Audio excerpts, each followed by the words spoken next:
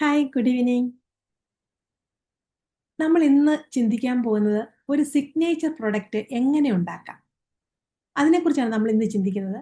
ആളുകൾ നിങ്ങളെ ഒരു പ്രൊഡക്റ്റ് കൊണ്ട് തന്നെ ഓർക്കുന്ന ബ്രാൻഡ് ആകാൻ എന്ത് ചെയ്യണം? അതാണ് ഇന്നത്തെ നമ്മുടെ ടോപ്പിക്ക്. നമസ്കാരം. ഇന്ന് ഞാനൊരു ചോദ്യം ചോദിച്ചുകൊണ്ടാണ് നിങ്ങളോട് തുടങ്ങാൻ പോകുന്നത്. ആഹ്, നിസ്സാരം. നമുക്ക് പ്രാക്ടിക്കലായിട്ട് നമുക്ക് ചിന്തിക്കാവുന്നതേ ഉള്ളൂ. കേരളത്തില് കുഴിമന്തി എന്ന് കേൾക്കുമ്പോൾ ചില കടകളുടെ പേരുകൾ നിങ്ങളുടെ ഓർമ്മയിൽ വരുന്നുണ്ടോ? ഇപ്പം വളരെ പ്രശസ്തമായിട്ട് കേൾക്കുന്ന സംഗതികളൊക്കെ ആണല്ലോ കുഴിമന്തി. അപ്പൊ അങ്ങനെ വരുമ്പം കുഴിമന്തി എന്ന് പറയുമ്പോ ഇന്ന കടയിൽ പോയി വാങ്ങിക്കണം. അവിടുത്തെ കുഴിമന്തി നല്ലതാണ്. അങ്ങനെ നമുക്ക് തോന്നിയിട്ടുണ്ടോ? അല്ലെങ്കിൽ ഹൽവ. ഹൽവ എന്ന് കേൾക്കുമ്പം ചില സ്ഥലങ്ങള് ഇപ്പൊ കോഴിക്കോട് ഹൽവ എന്ന് പറഞ്ഞ കണക്ക് ഒരു പ്രശസ്തമായ ഏതെങ്കിലും ബേക്കറികളോ അല്ലെങ്കിൽ എന്തെങ്കിലും അങ്ങനെയുള്ള എന്തെങ്കിലും നിങ്ങളുടെ ഓർമ്മയിലേക്ക് വരുന്നുണ്ടോ? ഇനി അതും അല്ലെങ്കിൽ ബനാന ചിപ്സ്. ബനാന ചിപ്സ് എന്ന് കേട്ടാൽ ചില ബ്രാൻഡുകൾ മനസ്സിൽ വരും അല്ലേ? ഇങ്ങനെ ഓരോന്നും ചില കുഴിമന്തി ആകുമ്പോൾ നമ്മൾ കടകളാണ് ഓർക്കുന്നതെങ്കിൽ അൽവ എന്ന് കേൾക്കുമ്പോൾ ഓരോ സ്ഥലപ്പേരുകളാണ് ഓർക്കുന്നത്. പിന്നെ ബനാന ചിപ്സ് അങ്ങനെയുള്ളതൊക്കെ ഓർക്കുമ്പോൾ നമ്മളൊരു ബ്രാൻഡുകളാണ് ഉപയോഗിക്കുന്നത്. എന്തുകൊണ്ടാണ് അങ്ങനെ? നിങ്ങൾ ചിന്തിച്ചിട്ടുണ്ടോ? അവർ 100 സാധനങ്ങൾ ചെയ്തുകൊണ്ടല്ല, ഒരു കാര്യം വളരെ നന്നായി ചെയ്തുകൊണ്ടാണ് നമ്മൾ ആ ഒരു കാര്യമായിരിക്കും അവരുടെ മാസ്റ്റർ പ്രൊഡക്റ്റ്. അതുകൊണ്ടാണ് അതിന് കൂടുതൽ പബ്ലിസിറ്റി വരുന്നത്. ഇന്ന് നമ്മൾ സംസാരിക്കാൻ പോകുന്നതും അതിനെക്കുറിച്ചാണ്. Signature product. നിങ്ങളെ ആളുകൾ ഓർക്കുന്ന ഒരു പ്രൊഡക്റ്റ് ഏതാണ് എന്ന് നിങ്ങൾ ചിന്തിച്ചിട്ടുണ്ടോ? ഒരു പ്രാവശ്യം എൻ്റെ കമ്മ്യൂണിറ്റിയിൽ വന്ന ഒരു ചേച്ചി എന്നോട് ചോദിച്ചതാണ്. എനിക്ക് കേക്കും അറിയാം, കുക്കീസും അറിയാം, അച്ചാറും അറിയാം, ചോക്ലേറ്റും അറിയാം. ഞാൻ ആദ്യം എന്ത് ചെയ്യണം? ഇതാണ് ഇന്ന് പല അമ്മമാരുടെയും സംശയം. ശരിയല്ലേ? അവസാനം വരെ കാണുക. ഇന്ന് ഈ വീഡിയോ കഴിഞ്ഞാൽ നിങ്ങൾക്കൊരു വ്യക്തമായ തീരുമാനം എടുക്കാൻ കഴിയും. ഇടയ്ക്ക് വെച്ച് കട്ട് ചെയ്ത് പോകരുത്. കാരണം ഫുൾ വീഡിയോ കാണുമ്പോൾ നമുക്കൊരു വ്യക്തമായ ഒരു ധാരണയുണ്ടാവും. നമ്മുടെ സിഗ്നേച്ചർ പ്രൊഡക്റ്റ് എങ്ങനെ തിരഞ്ഞെടുക്കാമെന്ന്. ചോദിക്കട്ടെ. കേക്ക്, ബ്രൗണി, കുക്കീസ്, ചോക്ലേറ്റ്, അച്ചാറ്, സ്നാക്സ് അല്ലെങ്കിൽ മസാലപ്പൊടികൾ, അല്ലെങ്കിൽ പുട്ടുപൊടി, ചപ്പാത്തിപ്പൊടി അങ്ങനെ എന്തെങ്കിലുമൊക്കെ. ഇതിലേതെങ്കിലും ഒരു പ്രൊഡക്റ്റ് നന്നായി ചെയ്യാൻ അറിയാമോ? അറിയാമെങ്കിൽ ആദ്യം നിങ്ങളെ ഞാൻ വളരെയധികം അഭിനന്ദിക്കുകയാണ്. കാരണം ഒരു കഴിവെന്നത് എല്ലാവർക്കും കിട്ടുന്ന ഒന്നല്ല. പക്ഷേ ഇന്ന് ഞാൻ പറയാൻ പോകുന്ന കാര്യം എന്ന് പറയുന്നത് എന്താണെന്ന് ചോദിച്ചാൽ, ഒരു കഴിവുണ്ടായാൽ മാത്രം പോരാ, ആളുകൾ നിങ്ങളെ ഓർക്കണം. അതാണ് പലരും ശ്രദ്ധിക്കാത്ത കാര്യം. ഇന്ന് പല അമ്മമാർക്കും ഒരു പ്രശ്നമുണ്ട്. എനിക്കെല്ലാം ചെയ്യാൻ അറിയാം. ഇത് പറയുമ്പോൾ അവർക്ക് അഭിമാനമാണ്. പക്ഷേ ഞാൻ അതേ അമ്മയോട് അല്ലെങ്കിൽ അതേ ആളോട് അടുത്ത ചോദ്യം ചോദിക്കും. നിങ്ങളെ ആളുകൾ എന്തിനാണ് ഓർക്കുന്നത്? എന്ത് ചെയ്യുമ്പോഴാണ് അല്ലെങ്കിൽ നിങ്ങളുടെ ഏത് പ്രൊഡക്റ്റിനോടാണ് ആളുകൾ നല്ലത് എന്ന് പറഞ്ഞ് അത് വീണ്ടും വേണം എന്ന് ആവശ്യപ്പെട്ടിട്ടുള്ളത്? അവിടെ അവർ നിൽക്കും. കാരണം അവർക്ക് ഉത്തരമില്ല. ഇതാണ് ഇന്ന് നമ്മൾ സംസാരിക്കാൻ പോകുന്നത്. ഇന്ന് ഈ വീഡിയോ കഴിഞ്ഞ് നിങ്ങൾക്കൊരു വ്യക്തമായ തീരുമാനം എടുക്കാൻ സാധിക്കണം. അതാണ് എൻ്റെ ലക്ഷ്യം. ഞാൻ ഏത് പ്രൊഡക്റ്റിലൂടെയാണ് ആളുകളുടെ മനസ്സിൽ ഇടം നേടാൻ പോകുന്നത്? ഈ ഒരു ചോദ്യം നിങ്ങൾക്ക് ക്ലിയർ ആയാൽ നിങ്ങളുടെ യാത്ര വളരെ എളുപ്പമാകും. ഒരു ചെറിയ കാര്യം മാത്രം ചിന്തിച്ചു നോക്കൂ. ഒരു പട്ടണത്തിൽ 2 പേരുണ്ട്. ഒരാൾക്ക് 20 പ്രൊഡക്റ്റ് ചെയ്യാൻ അറിയാം. മറ്റൊരാൾക്ക് ഒരേ ഒരു പ്രൊഡക്റ്റ് മാത്രമാണ് അവർ ചെയ്യുന്നത്. ആരാണ് കൂടുതൽ വിജയിക്കുക? പലരും പറയും 20 പ്രൊഡക്റ്റ് കൊണ്ടു നടക്കുന്ന ആ ചേച്ചിയാണ് അല്ലെങ്കിൽ അവരാണെന്ന് പറയും. പക്ഷേ യഥാർത്ഥത്തിൽ പലപ്പോഴും സംഭവിക്കുന്നത് അതല്ല. കാരണം കസ്റ്റമറിന്റെ മനസ്സ് വളരെ ലളിതമാണ്. അവർക്കൊരാളെ ഒരു കാര്യം കൊണ്ടാണ് ഓർക്കാൻ എളുപ്പം. ഉദാഹരണം പറഞ്ഞാൽ, നിങ്ങളുടെ നാട്ടിൽ വളരെ നല്ല ബിരിയാണി കിട്ടുന്ന ഒരു കടയുണ്ടെന്ന് കരുതുക. ആ കടയിൽ വേറെ 100 വിഭവങ്ങളുണ്ടാവും. പക്ഷേ നിങ്ങൾ എന്താണ് അവിടെ പ്രിഫർ ചെയ്യുക? ആ ബിരിയാണി കിട്ടുന്ന കടയിൽ നിങ്ങൾ പോകുന്നത് ആ ബിരിയാണി കഴിക്കാൻ വേണ്ടി മാത്രമാണ്. വേറെ ഒന്നും നിങ്ങൾ ജസ്റ്റ് ചെയ്യത്തില്ല. അവിടെ പല കാര്യങ്ങളുണ്ടാവും. ബിരിയാണി മാത്രമായിട്ട് എന്തായാലും ഒരു ഹോട്ടലിൽ വെച്ചുകൊണ്ടിരിക്കുകയല്ലോ. പക്ഷേ ആ ബിരിയാണിക്കാണ് അവിടെ പ്രാധാന്യം. നിങ്ങൾ ആ കടയെ അതിൻ്റെ സിഗ്നേച്ചർ ഡിഷ് കൊണ്ടാണ് ഓർക്കുന്നത്. ശരിയല്ലേ? ഇതാണ് ബിസിനസ്സിലും നടക്കുന്നത്. ആളുകൾ നിങ്ങളെ നിങ്ങളുടെ സിഗ്നേച്ചർ പ്രൊഡക്റ്റ് കൊണ്ടാണ് ഓർക്കുന്നത്. ഇനി മറ്റൊരു ഉദാഹരണം പറയാം. ഒരു കസ്റ്റമർ നിങ്ങളുടെ വാട്സപ്പ് സ്റ്റാറ്റസ് കാണുന്നു. നിങ്ങൾ തിങ്കളാഴ്ച ഒരു വാട്സപ്പിൽ സ്റ്റാറ്റസ് ഇടുന്ന കേക്കിൻ്റെ ആണെന്ന് വിചാരിക്കുക. ചൊവ്വാഴ്ച നിങ്ങൾ ബ്രൗണി ഇടുന്നു. ബുധനാഴ്ച നിങ്ങൾ പിക്കിൾ ഇടുന്നു. വ്യാഴാഴ്ച നിങ്ങൾ ചോക്ലേറ്റിൻ്റെ ഇടുന്നു.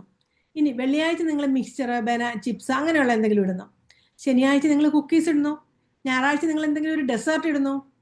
ഇപ്പോൾ ആ കസ്റ്റമറിനോട് ആരെങ്കിലും ചോദിച്ചാൽ ഈ ചേച്ചി എന്താണ് സ്പെഷ്യലായി ചെയ്യുന്നത്, അവന് ഉത്തരം പറയാൻ പറ്റുമോ? പറ്റില്ല. കാരണം അവന്റെ മനസ്സിൽ ഒരു വ്യക്തമായ ചിത്രം രൂപപ്പെട്ടിട്ടില്ല. ഇതെല്ലാം ആ സ്ത്രീ ചെയ്യുന്നുണ്ട് എന്നേ പറയുള്ളൂ. ഇനി മറ്റൊരാളെ നോക്കിയാലോ, അവർ എല്ലാ ആഴ്ചയും ഹോം മെയ്ഡ് ബ്രൗണിയെ കുറിച്ച് തന്നെ സംസാരിക്കുന്നു.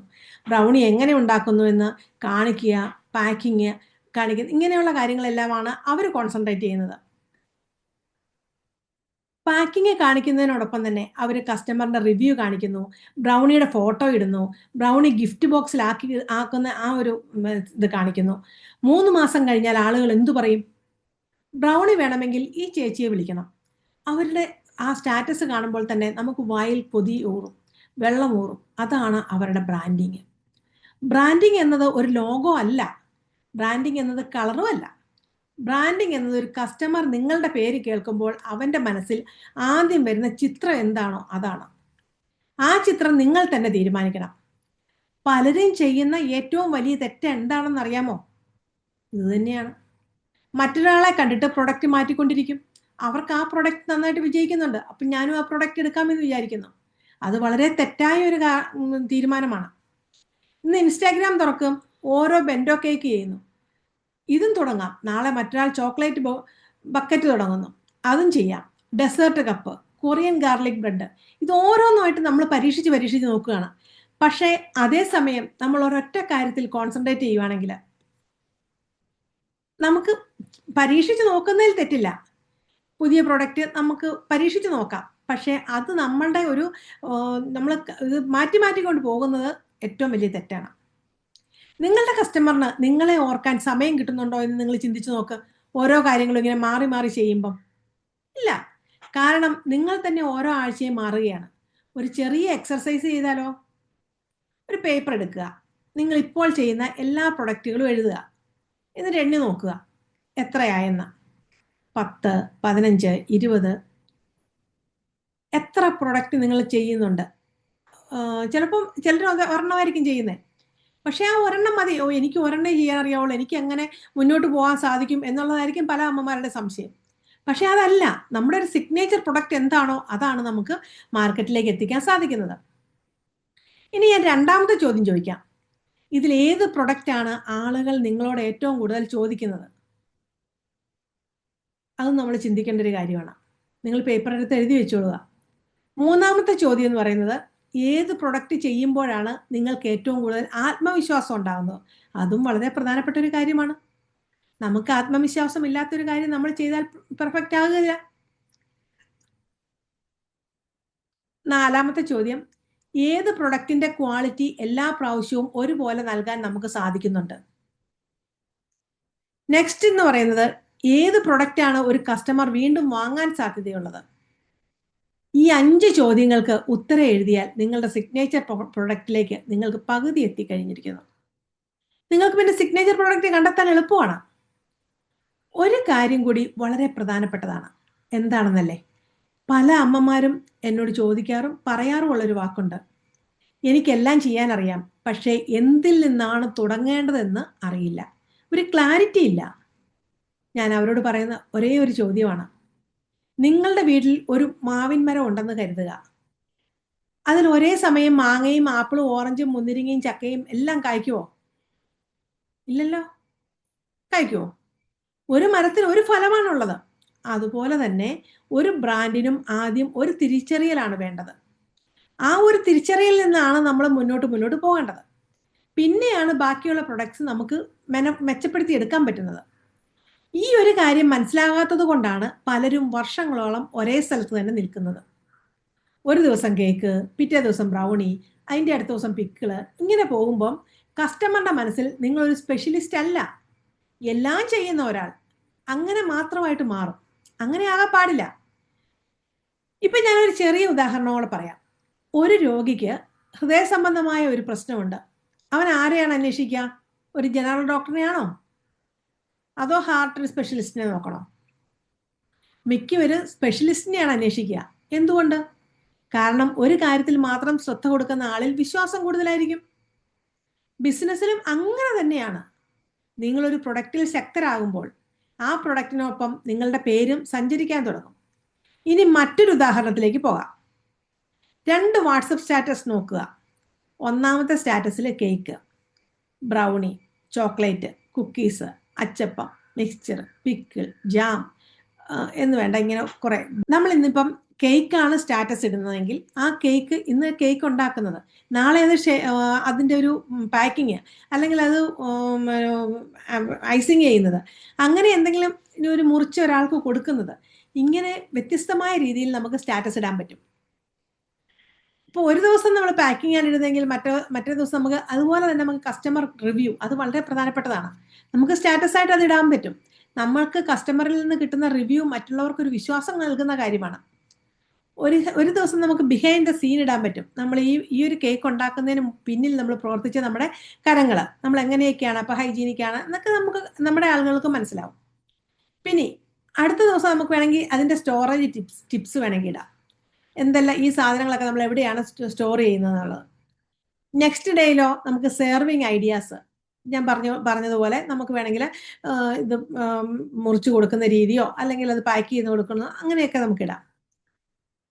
ഇനി ഒരു ദിവസം നമുക്ക് ഓർഡർ പ്രോസസ്സ്, ഇങ്ങനെയൊക്കെ ആണെങ്കിൽ ഞാൻ നിങ്ങളോട് ചോദിക്കട്ടെ, ഈ 2 പേരിൽ ആരെയാണ് പ്രൊഫഷണലായി തോന്നുക?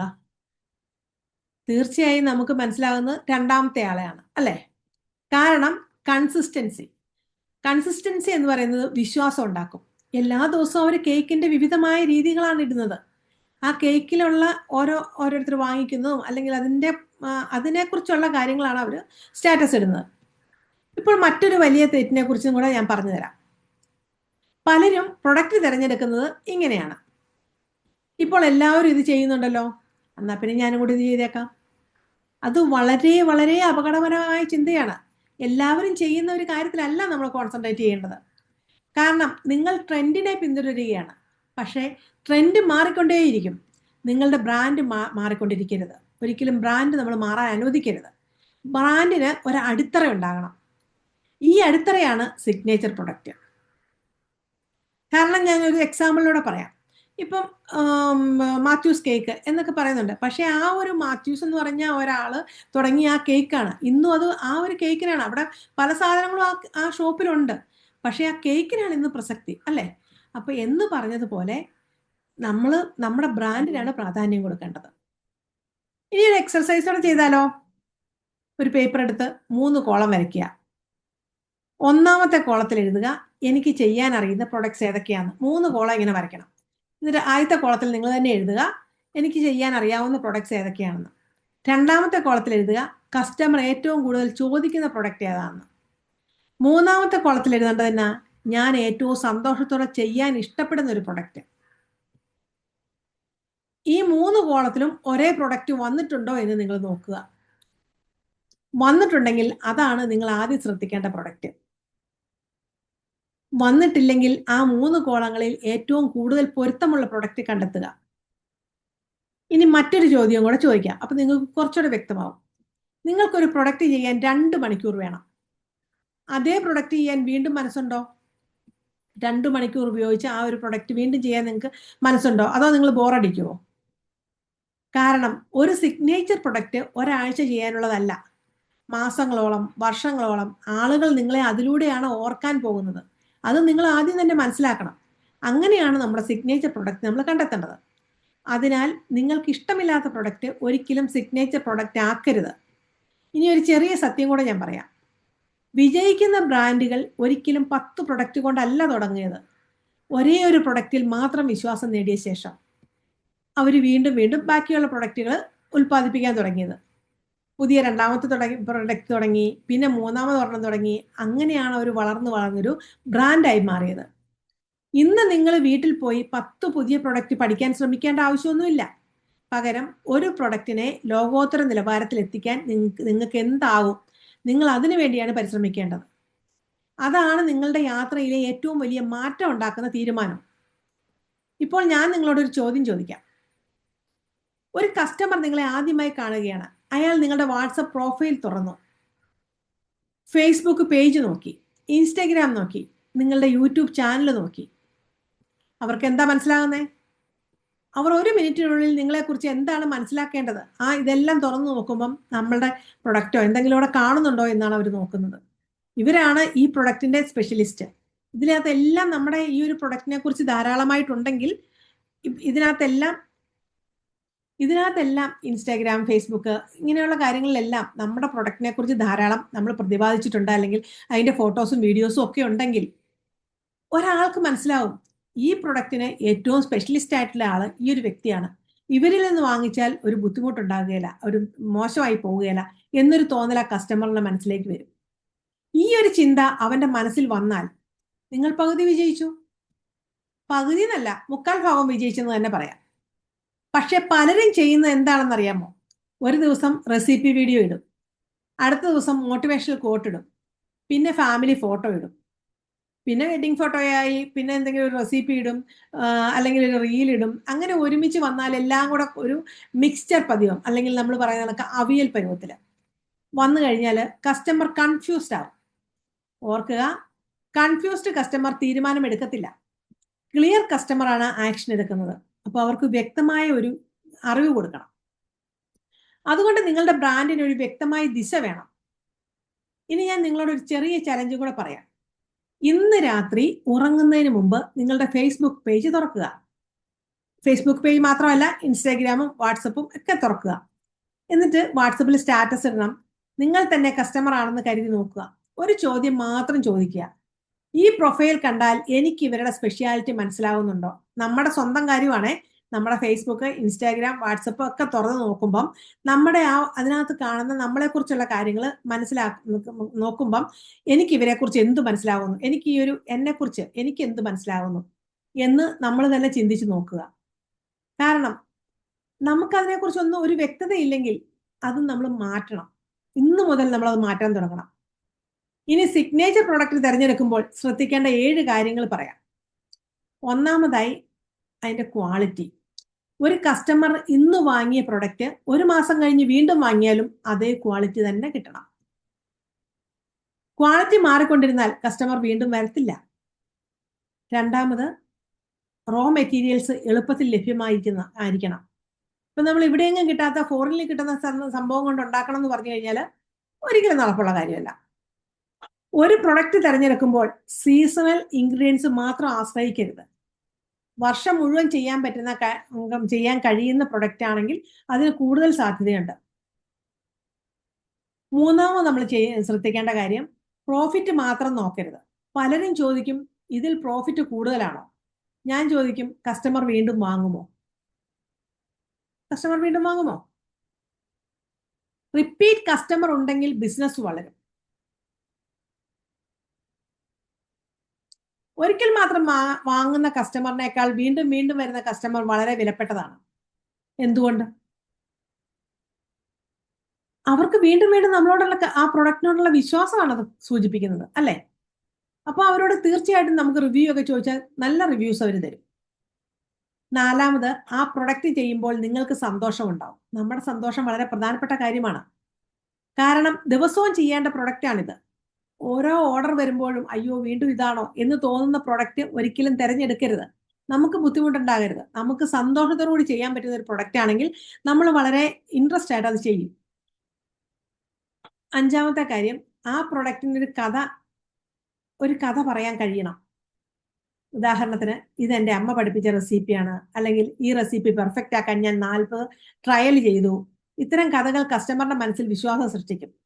ഞാനിത് പല സാധനങ്ങൾ വെച്ച് ചെയ്തു നോക്കിയതാണ്, അപ്പം ഇതിനകത്തെല്ലാം വളരെ എനിക്ക് ഇഷ്ടപ്പെട്ടത് ഇതാണ് എന്ന് പറയാൻ നമ്മളെ കൊണ്ട് സാധിക്കണം. ആറാമത്തെ കാര്യം, ആ പ്രൊഡക്റ്റ് മനോഹരമായി അവതരിപ്പിക്കാൻ കഴിയണം. ഇവിടെ ഞാൻ പറയുന്നത് വില കൂടിയ പാക്കിംഗ് അല്ല, വൃത്തിയായി ഒരേ രീതിയിൽ ശ്രദ്ധയോടെ സ്നേഹത്തോടെ കൊടുക്കുക.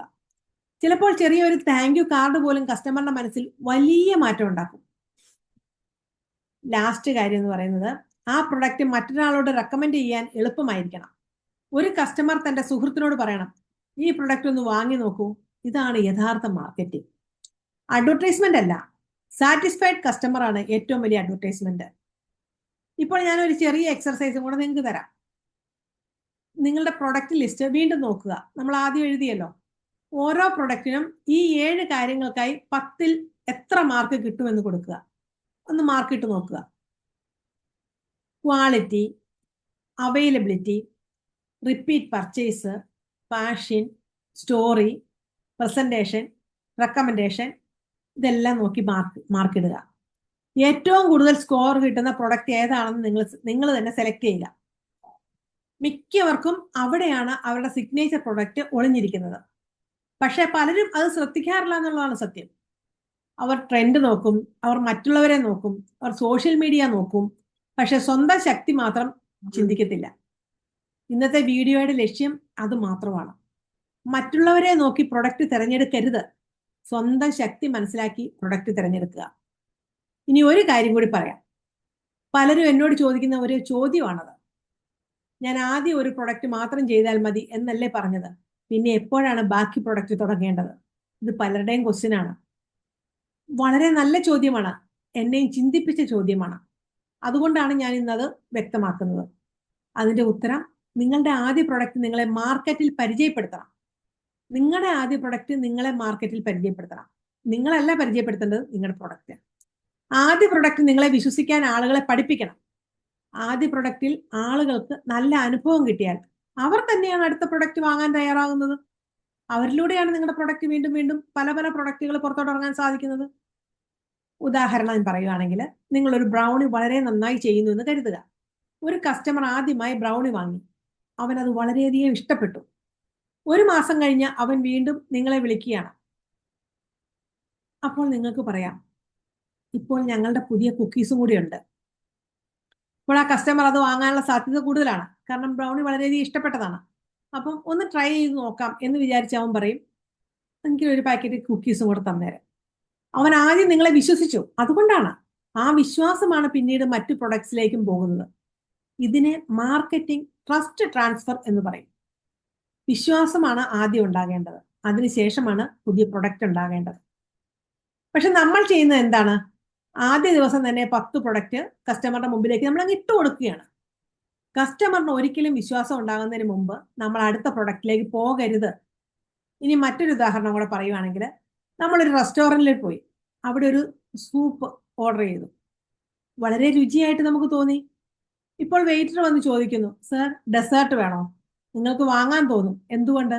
ആദ്യ അനുഭവം വളരെ നല്ലതായിരുന്നു, നല്ലൊരു സൂപ്പാണ് നമുക്ക് കിട്ടിയത്. അതാണ് കസ്റ്റമറിന്റെ സൈക്കോളജി എന്ന് പറയുന്നത്. നമ്മൾ പോകുന്ന കാര്യങ്ങൾ, നമ്മൾ ചെയ്യുന്ന കാര്യങ്ങൾ തന്നെ നമുക്കൊന്ന് അനലൈസ് ചെയ്ത് നോക്കിയാൽ മതി. അങ്ങനെയായിരിക്കും നമുക്കും തിരിച്ചു കിട്ടുന്നത്. അത് നമ്മളൊന്ന് ചിന്തിച്ച് നോക്കിയാൽ നമുക്ക് എങ്ങനെയാണ് കസ്റ്റമറുടെ അടുത്ത് ഡീൽ ചെയ്യേണ്ടത് നമുക്ക് മനസ്സിലാവും. ആദ്യ അനുഭവം മികച്ചതാക്കുക എന്നാണ് നിങ്ങളുടെ ഏറ്റവും വലിയ ജോലി. ഇനി സിഗ്നേച്ചർ പ്രൊഡക്റ്റ് തിരഞ്ഞെടുക്കുമ്പോൾ ശ്രദ്ധിക്കേണ്ട മറ്റൊരു കാര്യം കൂടെ പറയാം.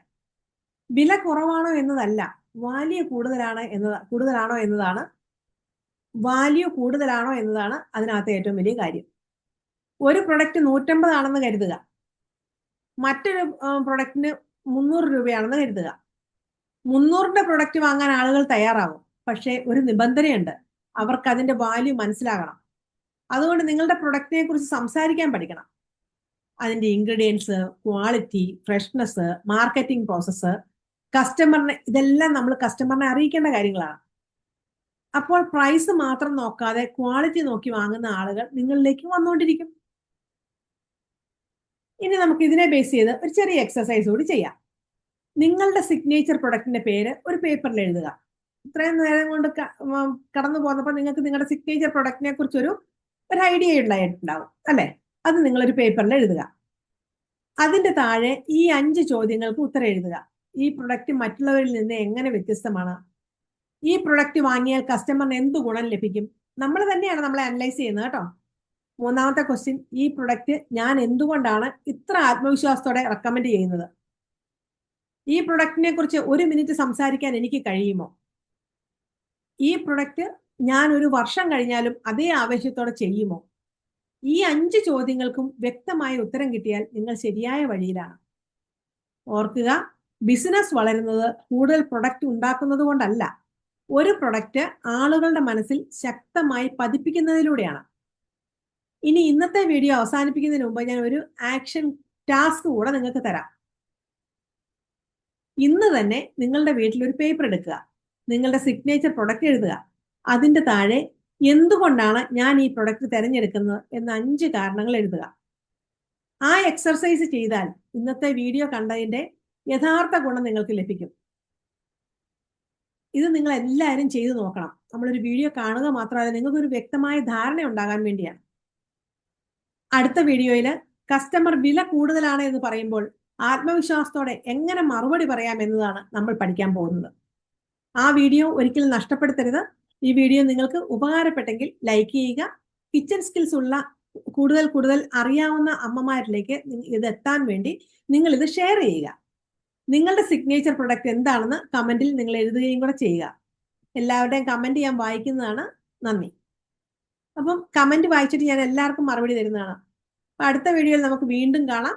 എന്താണ് കസ്റ്റമറിന് വില കൂടുതലാണെന്ന് പറയുന്നവരോട് എന്ത് മറുപടിയാണ് കൊടുക്കേണ്ടതെന്ന് കൂടെ നമുക്ക് തീരുമാനിക്കാം. Thank U.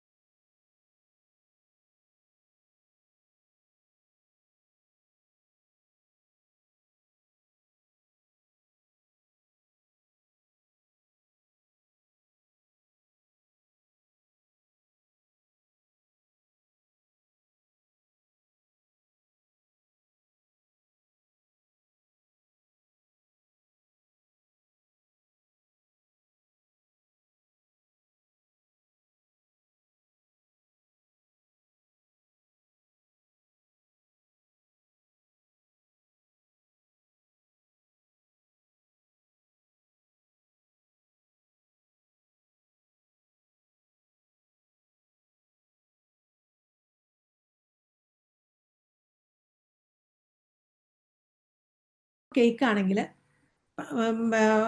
സ്റ്റാറ്റസ് ഇടുന്നതെങ്കിൽ